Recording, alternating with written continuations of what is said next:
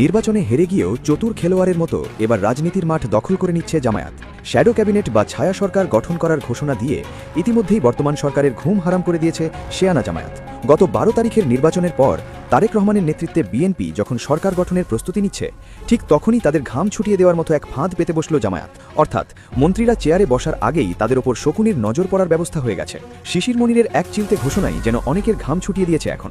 কারণ এবার আর রাজপথে টায়ার জ্বালানো নয়, বরং কলমের খোঁচায় মন্ত্রীদের দুর্নীতি আর অদক্ষতা সাইজ করার মাস্টার প্ল্যান নিয়ে মাঠে নেমেছে জামায়াত। একে তো ছায়া সরকারের কড়া নজরদারি, তার উপর ৩০টি আসনের ফলাফল বাতিলের আইনি লড়াই, সব মিলিয়ে রাজনীতির টেবিল উল্টে দিয়ে এক নিমিষেই খেলার মোড় ঘুরিয়ে দেওয়ার মতো পরিস্থিতি তৈরি হয়েছে।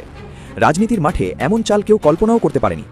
সাধারণত নির্বাচনে যারা সরকার গঠন করতে পারে না তারা হতাশ হয়ে পড়ে অথবা রাজপথে জ্বালাও পোড়াও শুরু করে, কিন্তু জামায়াত এবার যে খেলাটা খেলল তা এক কথায় অভাবনীয়।